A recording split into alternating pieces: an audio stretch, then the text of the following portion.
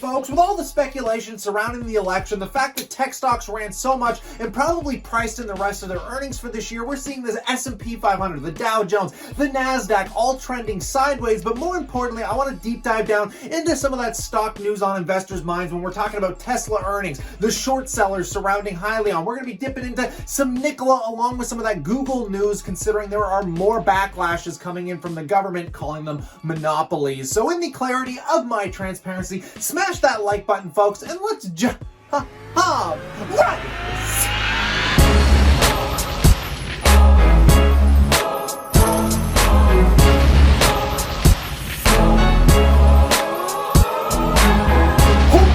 back, passive income investors alike. And to kick this off, we're going to be talking about Tesla earnings, which just smashed it out of the water beyond all expectations, but the stock price really not doing much as we all expected, presuming after that major run that it had all year, it's definitely priced in its earnings here, folks. But the most exciting thing about these earnings that I found from listening to the conference call was the fact that they are releasing the first beta of self-driving, and hopefully once they get through the beta testing by the end of this year, they're going to launch the full software update for everybody to have some form of full self-driving capabilities. But getting right into the earnings, just take a look at these beautiful charts. Starting off with the vehicle delivery units, they are trying to get to their capacity for the year of delivering 500,000 vehicles. And then hopefully with the ramp up production in their China facility, they got the new Texas facility coming online over the next year. Hopefully we're going to continue to see the growth of these vehicle deliveries, making them an ever more prominent vehicle company competing with GM, Ford, and all those conglomerates, guys. And just taking a look at their operating cash flow and their net incomes, obviously they are still minuscule against their market capitalization, but this is the proof that we are getting there. Look at these numbers, guys. On automotive sales sitting at 7.3 billion. You got energy generation and storage, which comes from those battery walls that have been kind of lackluster at best, but are seeing some massive explosive growth coming from Q2 when they only did 370 million in sales against today, guys, in this third quarter of 579 million. And I think the bear case of Tesla days are coming to an end, presuming they can sustain this moving forward in the future. And right now, you know, I keep saying it, but Tesla might as well be the new Apple. And anybody that's got the balls to bet against it, I got to applaud you, because you probably sound like those CNBC talking heads, because if you listen to those guys,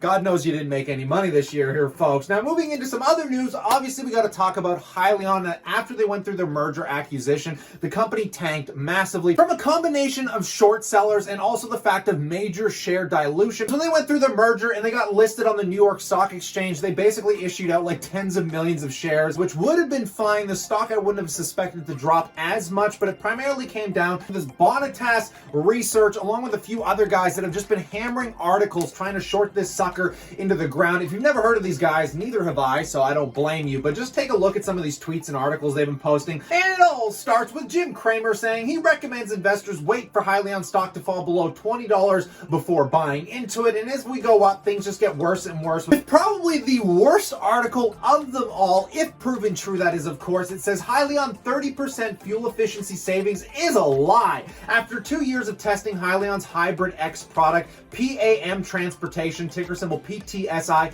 abandoned Hyliion's Hybrid X because savings were only a small percent. Now that is some pretty terrible news. Obviously, Hyliion is saying otherwise, that they're still showing huge fuel efficiencies. But I'm really curious, and I'm going to have to deep dive down into this to figure out what the PAM Transportation Company actually found out about their Hyliion trucks and exactly what the savings percentage was. Because for them to completely abandon the project comes down to one of two things. Either they got some competition going on that they would rather partner with, and this is just what they're saying to get out of it, or the percentage savings is so nominal that it's not worth them putting the headache into it. So I'm really curious to what the bottom line are with that. But nonetheless, guys, Hyliion, you know, one of our favorite SPAC stocks, which if you like SPACs, I really recommend you go to the SPACstock.com, a website that we've been working on aggressively, slowly growing. Very interesting stuff. I'm gonna have to make an article about this when I get more due diligence going on here, guys. But moving on, we can't talk about Hyliion without talking about my least favorite SPAC of them all, of course being Nikola here, guys. And I really don't know how this company is holding up with a higher valuation than Hyliion, currently sitting at $8.42 billion, with a new article coming out out, guys, which I don't know how people see it as good news, but GM finally said, look, we're not done with this deal yet. We still want to make this partnership happen.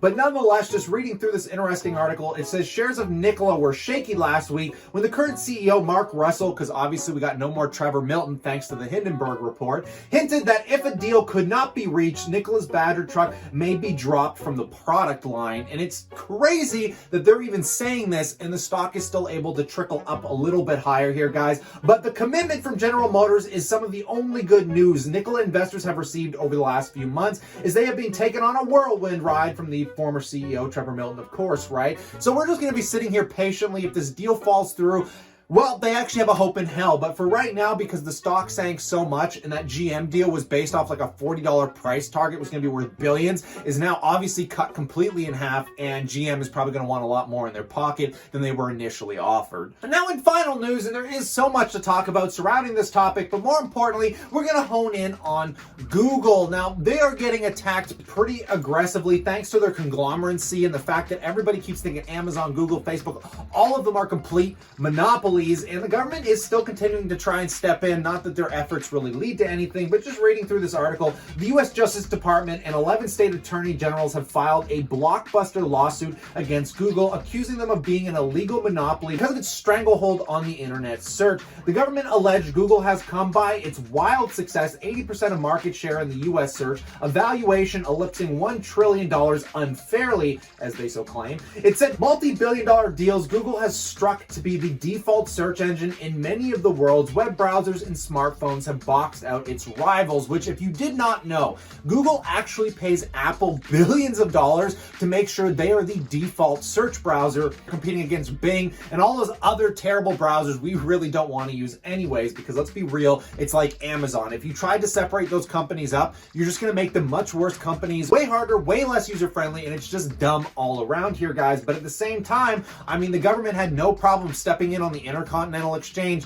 you know, these major exchanges like the New York Stock Exchange, like the NASDAQ, and basically saying that they're only allowed to scale so much. The government basically just did the same thing with the banks. They put capitalization caps on how much money they are going to be able to manage under their total assets, because if they get too big, it puts too much risk on the economy. I mean, the government has been stepping in all over the place over the years, but when it comes to tech, Microsoft, Amazon, it doesn't matter how far they go, they just, how are you going to separate these companies? I talked about this earlier, like take Facebook. What happens if you separate Instagram from Facebook? What does that do to us shareholders? Do we end up owning shares in both? I mean, it's just really confusing, a very tough topic, and it's what led Jeff Bezos to being worth the richest man in the world. I mean, that's just how this works. And I'm kind of in that mindset, you can't beat them, join them. I love owning these tech stocks. I'm going to continue to own them. But it says Google's head of global affairs, Kent Walker, said that the government's case is deeply flawed. The company warned that if Justice Department prevails, people would pay more for their phones and have worse options for searching the internet. Agreed, because there's no good ones out there. I ain't using Bing search. It will likely be years before this fight is resolved after the U.S. government's investigations into Microsoft a generation ago, accumulating in the Justice Department. Attempts to break up the company span more than a decade, but the tectonic shift is happening right now. USA versus Google is the biggest manifestation of what has become known as the techlash, a newfound skepticism of the Silicon Valley giants and growing appetite to rein them in through regulation. And I mean, it's kind of true, right? Like, I love the way Apple's kind of just creeped their way out of this conversation. I mean, they were in there for a little while, considering their market cap is the largest, and the only thing you can compare it to is like countries' GDPs for the year. I mean, Apple, Google, Amazon, they literally make as much money as almost entire countries do, guys. But nonetheless, this is the stock news that I find interesting, and I lead the conversation off to you to let me know what you think in the comments section below. But something different today, so stay cool, stay awesome, and I look forward to chatting to you tomorrow.